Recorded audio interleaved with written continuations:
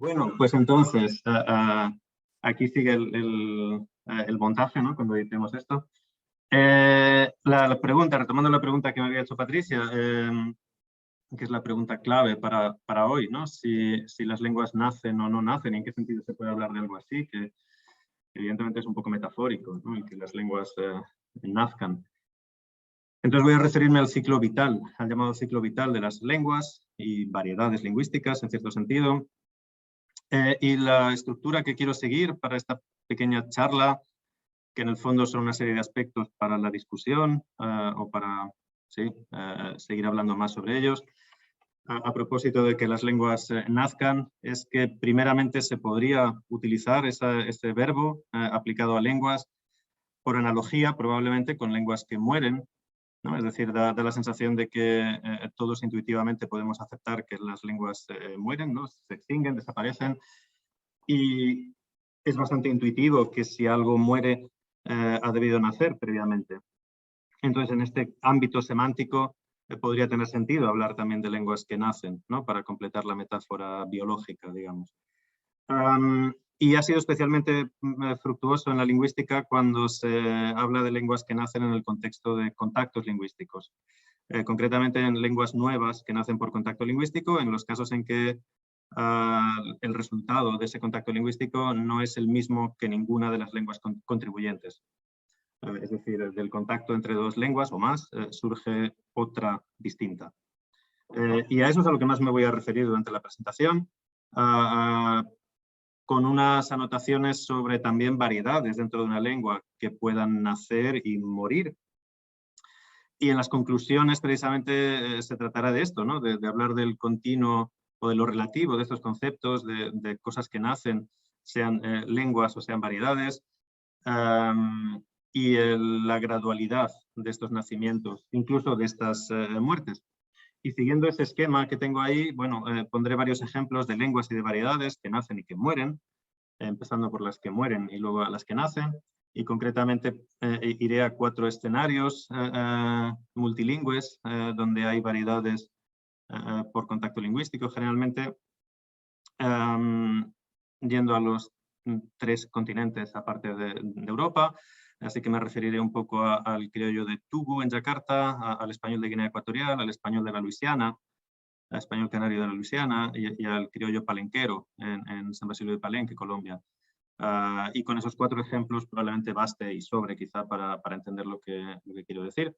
Entonces, a propósito de lenguas que mueren, quiero empezar con una pequeña anécdota a partir de, bueno, recordando lo que pasó cuando visité Indonesia por la primera vez y concretamente esa comunidad de Tugu, que está, como ven en el mapa, a la izquierda arriba, a unos 15 kilómetros del centro de Yakarta.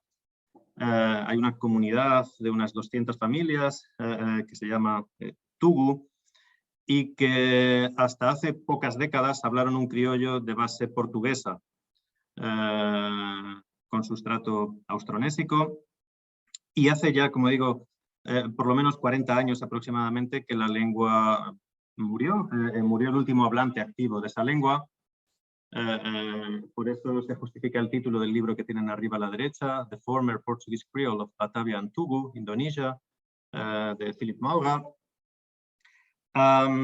Y bueno, ya digo, está descrita como una lengua muerta, entonces no habría mucho más que decir. Sin embargo, cuando visité la comunidad, fue palpable el orgullo identitario que tiene esta comunidad por su pasado luso criollo, por formar parte de una comunidad más amplia de la lusofonía en el sudeste asiático, también a nivel cultural, a nivel gastronómico, a nivel de algunas tradiciones folclóricas. Se ven cerca, por tanto, de esas comunidades lusoasiáticas en Malasia, en las Malaccas, y en Macao, en China. Y bueno, simplemente pasé un día con ellos y la anécdota interesante es que el hombre que está ahí conmigo en la foto de abajo, cuando yo me presenté y después de hacernos ya buenos colegas, me enseñó su iglesia, que es de lo que están más orgullosos, una iglesia del siglo XVII. Y yo confesé que soy lingüista y que me interesa la antigua lengua que hablaron, a ver si tenían algunas cartas o algunos textos escritos en ella, etcétera. Es lo que yo quería cuando visité la comunidad. El tipo me invitó a comer y la frase que dijo para invitarme a comer es esta, vos querés comer, que se adapta perfectamente a la intención comunicativa. Entonces, bueno, ¿cómo cuadramos esto? Si es una lengua extinta, ¿cómo sabía este hombre una frase que funciona comunicativamente, que tiene todo el éxito comunicativo que cabe esperar? Y de hecho, de ahí fuimos a una casa de ellos y de ahí surge esa otra foto que precedió a la comida. Entonces, ¿cómo puede este hombre y otra gente de la comunidad saber cosas de aquella antigua lengua que en realidad nadie habla de manera activa?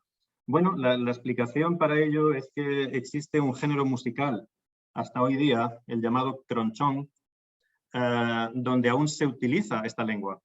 A menudo no saben qué dicen, no saben qué cantan, pero alguna gente sí puede tener ciertos conocimientos de exactamente de qué van estas canciones. Cronchón es el nombre indonesio o malayo indonesio para este instrumento, ¿no? El ukulele, digamos, que se popularizó mucho allí. Y bueno, vamos a ver si podéis escucharlo. Espero que haya puesto el tono cuando lance la presentación. ¿Escucha? Cafriño kiteng Santa Bulan Tapio bate bate Cafriño kere andakai dan terbang ngaji saku Pasa-pasa nabot lugar Olah nabiu kere nabiga Pilu-pilu nangkong sama Nunggu aja di justisia Bate kota pilih agua quiere beber Sumayo quiere infra Sumayo quiere saber Bate kota pilih agua quiere beber Sumayo musical y la lengua, donde palabra por palabra casi todo es en portugués. Lo interesante también que me interesa resaltar es que cuando acaba la canción se pone a explicar el contenido a los asistentes. Cafriño sedang duduk, bermain musik sambil duduk, angkat kaki sambil diketuk-ketuk. Esto es lo que significa la primera frase, que significa sentado, sentado y que levanta el pie y bate. Ini ada teman. Entonces está explicando la comunidad. Ini dari Portugis. Más adelante. Mungkin dia juga bingung. Mendengarkan No se te escucha, Miguel, mientras seperti kere, K-E-R-E. Artinya. Bueno, digo, en esta parte final incluso ya explica el resto de asistentes qué es el criollo, ¿no? En Bahasa criol, si lo escuchamos, quiere enseñar a la comunidad qué es ese Bahasa criol y compararlo con el Bahasa portugués, con la lengua portuguesa, por lo que ya está dando casi una clase a sus compañeros de comunidad, ¿no? Escuchamos, bueno, aunque es la traducción al indonesio, pero creo que entendéis, se trata de explicar cómo es el verbo querer en criollo al resto de colegas ahí. Bahasa Portugis yang benar. Seperti kere, K-E-R-E. Artinya mau. Kalau dalam bahasa Portugisnya Q-U-E-R-E-R. Querer. Kalau saya mau jadi keru. Kalau kamu mau jadi keros. Tapi kalau orang Tugu tidak merubah bahasanya. Seperti itu. Apa? Yo quiere, saya mau. Vos quiere, kamu mau. Entonces, primero se me explicó cómo se dice yo quiero y tú quieres en portugués, un poco mal pronunciado, pero lo que sí pronuncia mejor es el criollo y se lo traduce al indonesio, ¿no? Y de esa manera quizá haya miembros de la comunidad que tienen alguna noción de qué frases había en aquella antigua lengua, ¿no? Aunque haga, ya digo, por lo menos 4 décadas que el último hablante activo de esta lengua haya pasado mejor vida. Entonces, bueno, es un caso límite, ¿no? No sé qué piensan ustedes. Si de verdad sería justo decir que esta lengua ha muerto, dado que hay un género musical que la cultiva, por lo menos, y dado que incluso en aquel caso extremo, donde se planta un tipo tan exótico como yo, a esa comunidad y sabe utilizar una frase adecuada a la situación. En algunas definiciones, como digo, de mantenimiento lingüístico todavía se daría como lengua viva. No obstante, bueno, como digo, el crear este ámbito semántico de que cosas mueren y entonces tienen que haber nacido antes es solo uno de los significados, uno de los usos de esto del nacimiento de las lenguas. En realidad, donde más se ha trabajado en lenguas que nacen, como también anticipaba, es en contextos de contacto lingüístico, donde surgen lenguas nuevas a partir de esos contactos. En la tradición de lingüística de contacto se debe sobre todo a Sarah Thomason y primero Thomason y Kaufman. Y habría dos tipos de lenguas nuevas. Lenguas criollas, como este caso que acabamos de ver, el criollo de Toubou, que en la explicación de Thomason tiene que ver con procesos de shift-induced interference, es decir, de transferencia o interferencia inducida por la sustitución lingüística. Entonces, estos criollos se forman a partir de una gran transferencia de la primera lengua en la lengua que se está aprendiendo, más una serie de procesos universales de adquisición lingüística, quizás simplificaciones en la adquisición de una segunda lengua y quizá universales del cambio lingüístico. Aquí es donde viene precisamente la discusión dentro de los criollistas, pero bueno, grosso modo daría igual, y esto del interference es un proceso en todo caso elemental de los criollos. Dentro de la lingüística hispánica no tendríamos el criollo de Toubou, porque ese es de base portuguesa, pero tendríamos otros dos criollos, y solo dos. El palenquero en Colombia, al que me refiero en un segundo, y el chabacano en las Filipinas. Y a mitad de camino entre lo portugués y lo hispánico estaría el papiamentu. Y luego había otro tipo de lenguas nuevas, que serían las llamadas lenguas mixtas, Bilingual Mixed Language Genesis. Es decir, en estos casos lo que tenemos es una influencia masiva de una segunda lengua sobre una primera lengua. Sería como si entraran préstamos de manera masiva en otra lengua, solo que se constituye, digamos, una tercera vía. No es solo la lengua segunda y la lengua primera, sino que en estos contextos surge una tercera vía donde la primera lengua acepta muchísimos préstamos de la segunda. Y esas variedades que surgen se distinguen de las otras lenguas contribuyentes. ¿Hay algún beneficio a nivel comunitario por mantener esa nueva vía más creativa, digamos? A veces cuestiones de identidad, puede ser. Y en el ámbito hispánico en realidad solo tendríamos, bueno, quizás solo un caso claro, que sería la media lengua de Ecuador. La semana pasada, no sé si está en la ronda, ¿no? La semana pasada cuando estaba John Lipsky por acá, nos saludaba desde Ecuador, porque precisamente está investigando esa lengua, que en los estudios hispánicos es bastante famosa, ¿no? Quichua, o sea, quechua norteño, con muchísimos préstamos del español, tanto que al final es otra lengua, que no es ni español ni quichua, es una tercera vía. Y tal vez en la isla de Guam tuviéramos un tipo de lenguas de este tipo también semejantes, el chamorro. Entonces, bueno, a lo que me voy a referir sobre todo, porque ya he empezado con ello, ¿no? El caso del criollo de Toubou, como el ejemplo de lengua moribunda, pero ahora podríamos ponerlo desde el otro lado como ejemplo de lengua que nace. Serían estas lenguas criollas.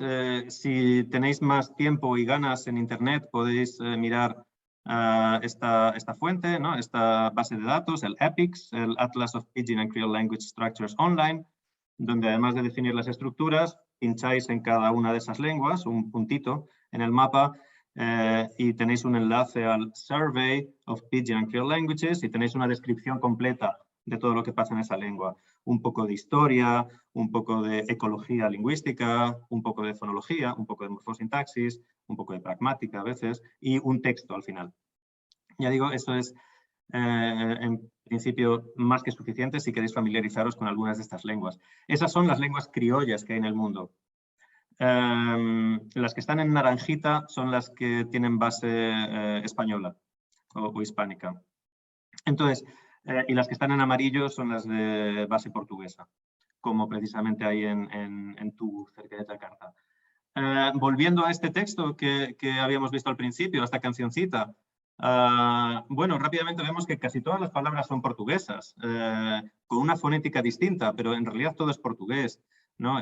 Cafriño, que, tem, sentado, lanta, levantar, pio, pie, bate, bate, todo, palabra por palabra todo es portugués en una sintaxis completamente distinta. En gran parte esa sintaxis depende de la lengua con la que ha entrado en contacto, que es el malayo indonesio. Bueno, en realidad el indonesio es una variedad cortesana de malayo antiguo, vehicularizada después. Y aquí tenemos el uso de ten en el criollo como cópula, más o menos. Eso es una transferencia directa del malayo, cafriño que está sentado. Tenemos duplicaciones de bases léxicas. En el caso de verbos, este bate-bate casi calca la estructura del indonesio, donde cuando se duplica este verbo, hentak, que significa pisar, si se duplica quiere decir pisar levantándose para marchar, por ejemplo. Es justo el significado que está aquí, ¿no? La canción dice, cafriño, que estás sentado, levántate y vete, ¿no? Vete a pasear, nabor du mar, por la playa, ¿no? El borde del mar. Y aquí de nuevo en esta duplicación pasa, tenemos la misma duplicación que en indonesio. En indonesio el verbo para caminar, si se duplica, significa pasear, ¿no? Es justo lo que está haciendo. O sea, básicamente es una casi relectificación de algunas estructuras del malayo indonesio, o el filu, para hacer el plural, ¿no? Hijos. Es también una estrategia típica de muchas lenguas austronésicas, duplicar la base léxica nominal para hacer plural. Y eso es lo que tiene aquí. Después vemos filu, nan corsan mal, literalmente hijos o chicos, no tengan mal corazón, no sean malos, no sean traviesos. Y luego nunca hacha di justicia, porque nunca tendréis justicia. No seáis malos porque vendrán cosas malas. Lo que vemos es que en los dos casos hay una negación, nan corsan mal, no tengan mala intención, no tendrán justicia, y se distinguen, porque justamente también en el malayo e indonesio tendríamos un tipo de negación para imperativos, como en el primer caso, y otro tipo de negación para frases declarativas, como sería la segunda frase. Entonces, los hablantes que formaron aquel criollo buscaron también un medio de distinguir los dos tipos de negaciones, algo que en portugués no existe. En portugués solo hay una negación, no, y en románico en general. Es interesante ese uso de nuncu, nunca, en portugués, para hacer ese segundo tipo de negación, ¿no? Eso es algo que no está condicionado por el malayo indonesio, simplemente es algo creativo, ¿no? Los hablantes se ven forzados a crear dos palabras negativas distintas, algo que el portugués no tiene, y entonces, bueno, un procedimiento universal podría ser utilizar otra palabra negativa, como nunca, para significar simplemente no. Y luego, bueno, este chuma incluso es malayo indonesio puro y duro, ¿no? Solo. Pero por lo demás, todas las palabras son portuguesas, como ven, con una sintaxis completamente cambiada. Algo parecido podríamos tener, o tenemos de hecho, en el criollo palenquero, que es la lengua a la que más me dedico yo, y que, bueno, no voy a tener tiempo de comentar el ejemplo que les traía, pero sí quiero por lo menos destacar cómo surge esta lengua criolla en el Caribe colombiano. Este criollo que se habla en un pueblito, San Basilio de Palenque, que era una antigua comunidad de negros cimarrones, ¿no? O sea, Palenque era el nombre colonial para estos quilombos, ¿no? o manieles en algunos otros sitios del Caribe, comunidades de negros esclavos que se habían fugado. Y entonces es muy interesante porque esta comunidad, a diferencia del criollo de Tugu, que surge en ese contexto donde el portugués era lengua vehicular en algunos sitios del sudeste asiático, y llegan esclavos de otras partes del archipiélago indonesio y tienen que aprender un poco de portugués vehicular, pero entonces desarrollan, dado que no tienen acceso al portugués canónico, desarrollan una lengua propia, o sea, las interlenguas, en el caso de Tugu, para la comunicación interétnica tienen que desarrollarse. En el caso de este otro criollo, probablemente la historia sea más complicada, no sea solo la necesidad de utilizar las interlenguas para comunicación interétnica, sino que aquí también tuvo que haber algo de identidad, ¿no? Es decir, en esta comunidad que consiguió sobrevivir a los españoles, aislados en las montañas, y evidentemente los españoles o hispano-criollos de la gobernación de Cartagena de Indias querían acabar con estos palenques de negros cimarrones. Pero estos que resistieron durante tanto tiempo, tantas décadas en las montañas, aislados, tuvieron que crear una sociedad fuertemente solidaria. Y sabemos, es muy interesante, que algunos miembros de aquella comunidad hablaban español. Eso está claro, que eran esclavos de segunda o de tercera generación que habían crecido allí y que hablarían español de Colombia de la época o de Cartagena de la época. Y al lado había otros esclavos que acababan de llegar de África y que se acababan de fugar. Y todos esos juntos forman la nueva comunidad. Entonces, por eso entendemos que, por una parte, no triunfen las lenguas africanas, sobre todo la lengua africana, que era mayoritaria en aquellos esclavos, el kikongo, y que tampoco triunfe el español, aunque hubiera algunos miembros de aquella comunidad que seguro lo hablaban, sino que triunfaron, por así decir, esas interlenguas, esas variedades híbridas, y a partir de aquello empezó la nativización y la formación de un nuevo vernáculo en aquel contexto. Y así es como surge este otro criollo palenquero. Ya digo, también había preparado un ejemplo, pero este no me da tiempo a comentarlo, porque más interesante puede ser ir a comentar no solo lenguas que nacen y que mueren, sino también variedades de una lengua, variedades del español, para luego ver precisamente los problemas de delimitar esto de qué es una variedad y qué es una lengua. Y hay ejemplos canónicos para cada cosa. Cuando alguien probablemente dentro de la filología hispánica piensa en lenguas, variedades del español que mueren, un ejemplo que se cita a menudo es el español isleño de Luisiana. Es decir, a partir de 1763 los españoles recibieron, en aquel acuerdo que hubo en las potencias europeas después de la Guerra de los 7 años, a España le tocó la Luisiana y más territorios hacia el interior de Estados Unidos, de lo que hoy es Estados Unidos, pero en realidad población hispánica solo llegaron a las cercanías de Nueva Orleans en la actualidad, y ahí mandan a unos pueblitos un poco antes, Saint Bernard Parish, la parroquia de San Bernardo, ahí mandan canarios, muchos canarios, a finales del siglo XVIII, y entonces ahí surgen unas variedades de español que son una especie de mezcla de coiné entre los distintos dialectos o subdialectos de las Islas Canarias, y además con mucha influencia del inglés, evidentemente, porque estuvieron circundados por la cultura anglófona a partir de entonces. E influjos del inglés que son genuinos de esta época. Es decir, siempre cuando pensamos en Estados Unidos y el español en Estados Unidos, pensamos en otros escenarios, en migrantes, etcétera, y ya los mexicanos en todas partes, o los puertorriqueños de Nueva York, o lo que sea. Este es un escenario particular, una comunidad que quedó ahí. Cuando la Luisiana española, a principios del siglo XIX, se pierde, este grupo que se mantuvo hablando español canario, isleño, con sus influencias del inglés. Escuchamos un ejemplo de 1983. El audio está un poco bajito, pero espero que puedan oírlo. Yo no me acuerdo de eso. Usted sabe lo que hacía Johnny Robben. Yo sí me acuerdo de eso. Cuando los niños tenían calentura, cogía cebolla y papa y las ponía en la planta de los pies con vinagre. Y después ponía un sazón por arriba. Y eso curaba. Y le quitaba la calentura, salía. Yo me acuerdo de ir con mi hija. Y el médico decía, what a stupid thing to do. Bueno, además de que hay una parte al final donde tiene que cambiar al inglés, claro, para reproducir lo que decía el médico.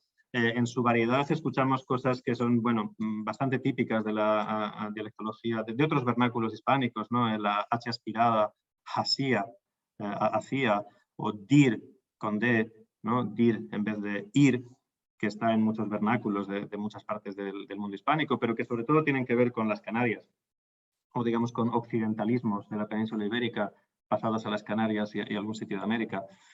Y bueno, esta variedad en 1983 todavía existía, aunque ya durante el siglo XX el language shift, la sustitución lingüística a favor del inglés había sido muy fuerte, y el remate de esta comunidad vino en 2005. El huracán Katrina destrozó la parroquia de San Bernardo. Entonces, al tener que salir, se perdió el espíritu de comunidad, se fueron a otras partes de Luisiana, a Nueva Orleans, o, digamos, la comunidad, los pocos resquicios que había para mantener una unidad de grupo cultivando el español, desaparecen completamente a partir de entonces. Ya anteriormente había habido una interrupción de la transmisión lingüística, ¿no?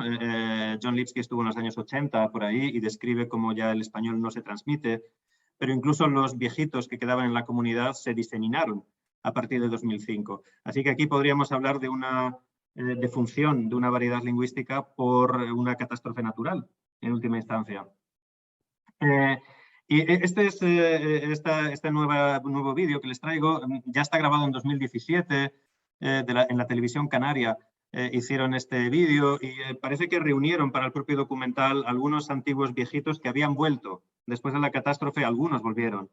Pero en realidad esto parece ya un poco impostado para la televisión, ¿no? Para que se vea que todavía hay una comunidad de isleños. En la práctica, como incluso en el propio vídeo descubrimos, entre ellos, estos hombres ya hoy día ni siquiera hablan español, entre ellos hablarían inglés. Quedarían algunas palabras sueltas, algunas interjecciones del español en su inglés, ¿no? Entonces, si quisiéramos decir que aquí ha sobrevivido algo del español isleño, serían eso, unas palabritas con un valor étnico identitario fuerte que se han metido en su inglés, ¿no? Pero nada más. Escuchamos de todas maneras porque es un testimonio curioso. Vemos el primer informante o entrevistado tiene problemas serios para hablar el inglés. El segundo, escuchamos esa transferencia típica del uso de patrá como lexificación de back, a pesar de que la otra señora de la televisión quiere corregirle y no puede. Nosotros dejamos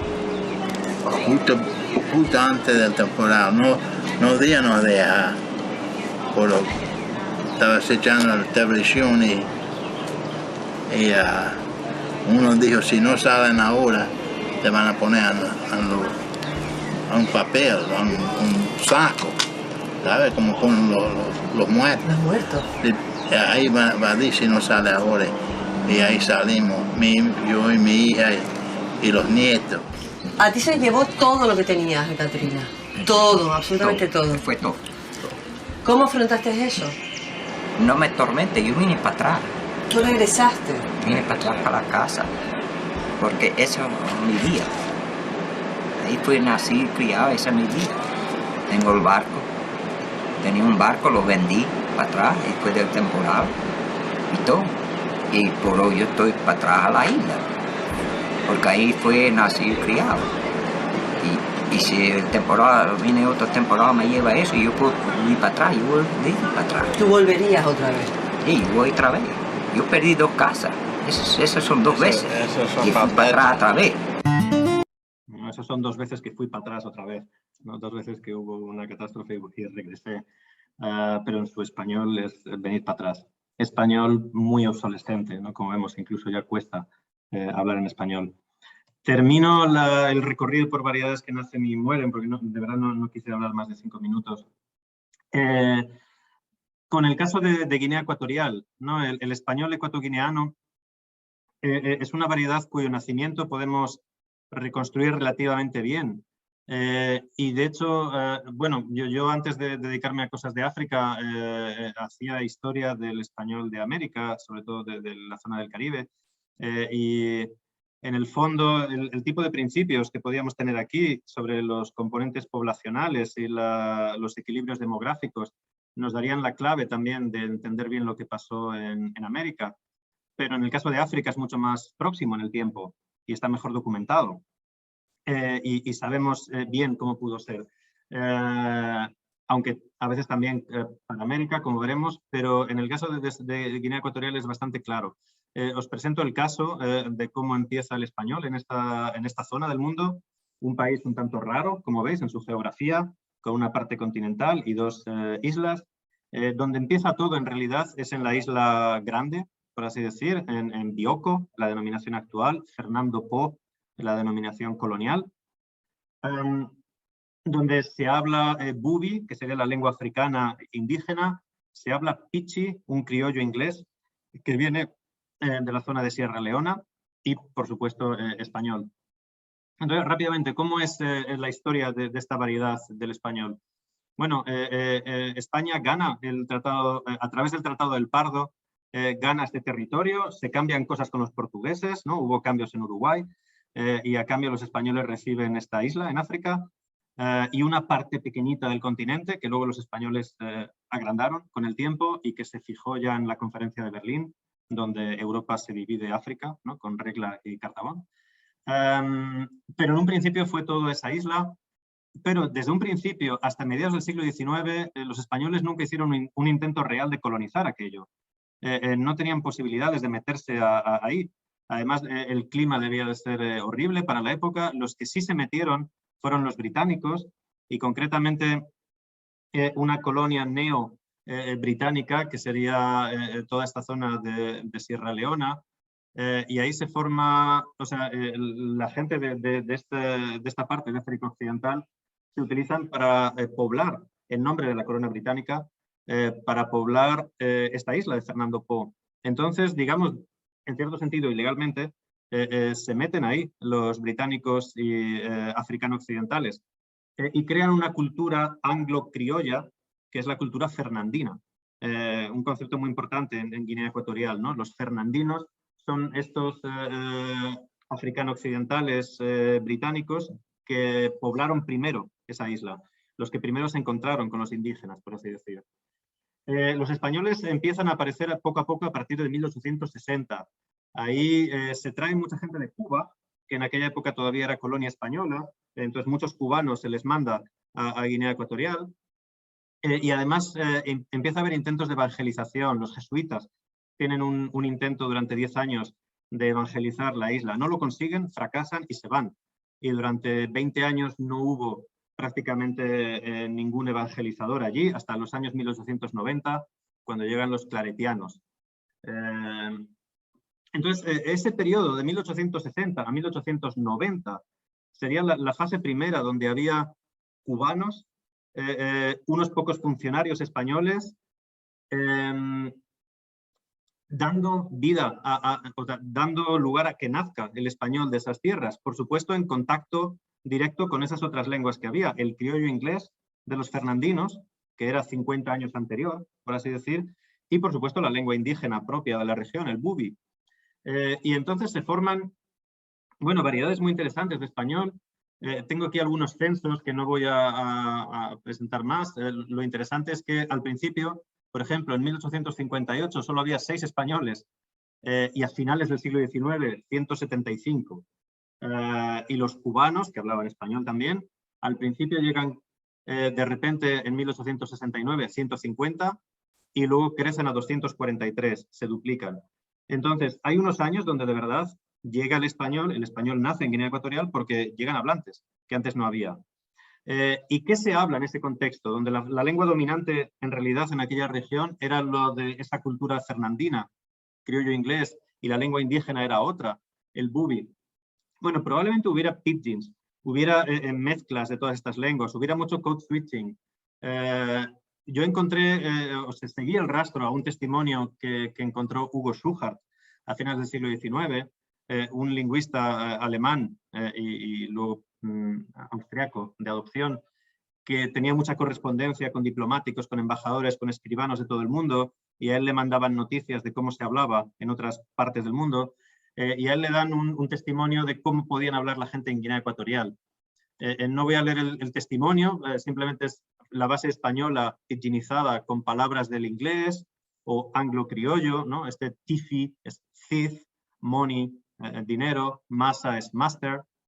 O sea, hay una mezcla de todo con una base española, pero lo interesante para lo que traigo este testimonio es que si miramos este primer texto, este es de verdad el primer texto del español de Guinea Ecuatorial o de un pidgin de base hispánica hablado en Guinea Ecuatorial, si miramos los ejemplos donde empezamos, buenos días, sir, mi vista tu marcha en la wharf, la playa, ¿no? la wharf. Esta hombre llama crew boy. Empezamos viendo la mezcla de tratamientos, ¿no? Sir, que es un tratamiento de formalidad, con tú, que era el tratamiento de intimidad. Bueno, casualmente en Guinea Ecuatorial hoy día es uno de los rasgos que todo el mundo describe de Guinea Ecuatorial, la confusión del usted y el tú. De hecho, se ha formado un paradigma híbrido, usted fuiste. pues parece que un antecedente de eso lo tenemos hace 150 años. Otro rasgo súper típico de Guinea Ecuatorial, que Germán de Granda, Lipsky han estudiado y han insistido, es el uso de en directivo. No voy a la playa, sino voy en la playa.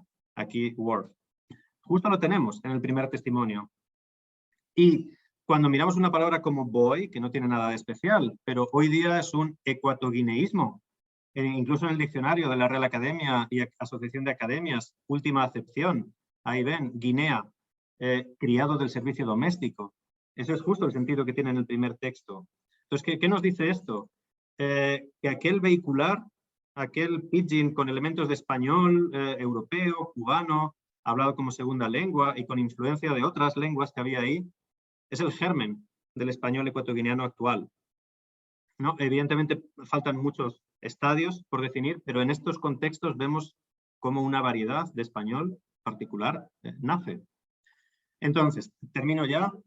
Sobre nacer y morir lenguas y variedades, repasando, a menudo no mueren en términos absolutos.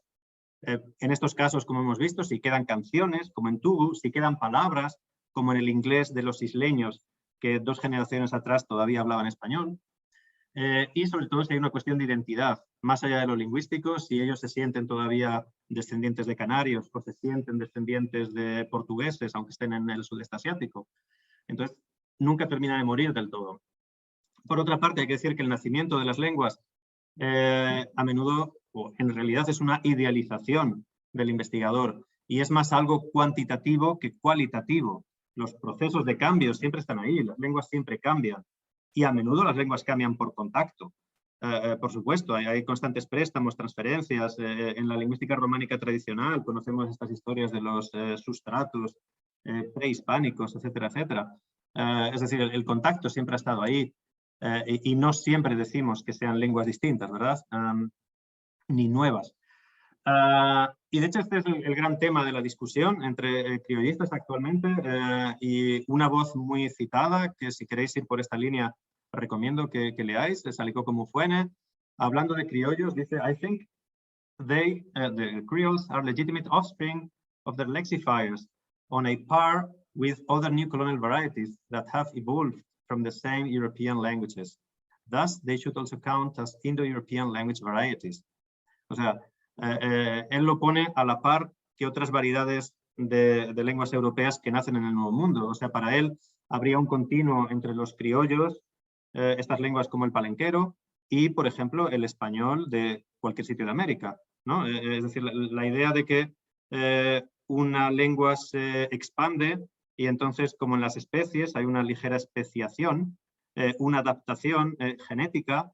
En unos casos hay más rasgos extraños, en otros casos es más parecido al modelo, pero en todo caso se parte de la idea de un acervo genético, ¿no? Como con el gene pool, en acervo genético, bueno, cambias un poco los genes, pero los procedimientos de evolución son los mismos.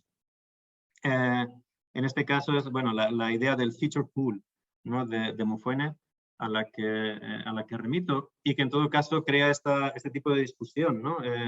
Que va más allá de los criollos y de las lenguas mixtas nuevas, va simplemente también a decir cuándo empieza una lengua distinta y cuándo todavía tenemos una variedad de otra lengua anterior. Una discusión para la que no hay una respuesta clara, como empezaba diciendo, los criterios tradicionales para distinguir dialectos dentro de las lenguas históricas a la Coserio, en sentido y tareas de la dialectología, un artículo clásico de Coserio, serían estos 3, la conciencia de los hablantes, la intercomprensión, la afinidad específica objetiva. Cuando hay estas 3 cosas, estamos todavía con dialectos de una misma cosa. Cuando no hay conciencia de los hablantes de que sea lo mismo y no hay intercomprensión y las diferencias objetivas son muchas, pues ya son otras lenguas, pero evidentemente todo esto es subjetivo y gradual. Y criterios interrelacionados, además. La intercomprensión puede entrenarse, ¿no? A lo mejor después de un par de días ya hay cierta intercomprensión con el que habla una lengua distinta. O sea, son criterios muy subjetivos. Sobre lo último, sobre lo que más se ha avanzado en los últimos años, sobre cómo hacer criterios objetivos para distinguir lenguas de variedades, y ahí es donde entran los tipólogos, o digamos lingüistas con formación tipológica que analizan las variedades de español con una perspectiva tipológica, como por si acaso fueran lenguas distintas. Y entonces establecen bueno, a través de estos programas para elaborar árboles filogenéticos, pues toman una serie de rasgos. Por ejemplo, aquí en un estudio de Dane Pérez y Eva Sipola, 72 rasgos. Unos cuentos de fonología. ¿Tienen la interdental? ¿Sí o no? ¿Tienen lateral palatal? ¿Sí o no? Etcétera, ¿no? Y otros rasgos morfosintácticos. ¿Tienen concordancia de género y número? O solo tienen una palabra al principio del sintagma que marque género y número, etcétera. Y así hasta 70. Y enseguida vemos que hay siempre clústeres de variedades que están muy cercanas. En el fondo, español, mexicano, peninsular, argentino, boliviano, cubano, todo está casi al lado, todo es muy parecido desde este punto de vista filogenético. Habría variedades, el español andino, de los bilingües de quechua, del sur, esos son datos de Bolivia. Pues sería un poco distinto, pero todavía relativamente cercano, ¿no? Ahí vemos la distancia, todavía no es mucha. El español de Guinea Ecuatorial está ahí, como hemos visto, que ya tenía cosas un poco más distintas, ¿no? Pero aún así, más o menos cercano. Y ahí al final, arriba y bien lejos, estarían estas lenguas que en realidad, bueno, son lo que tradicionalmente consideramos criollos, ¿no? El palenquero, el papiamento, el chabacano, de tal zona u otra.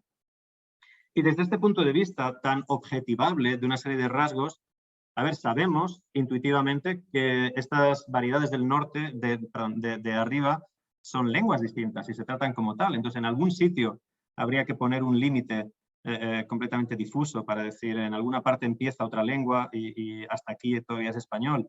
Pero esto es algo completamente subjetivo, así que no hay una respuesta clara sobre cuándo la variación marca esos límites, ¿no? ¿Cuáles son los límites estructurales del español?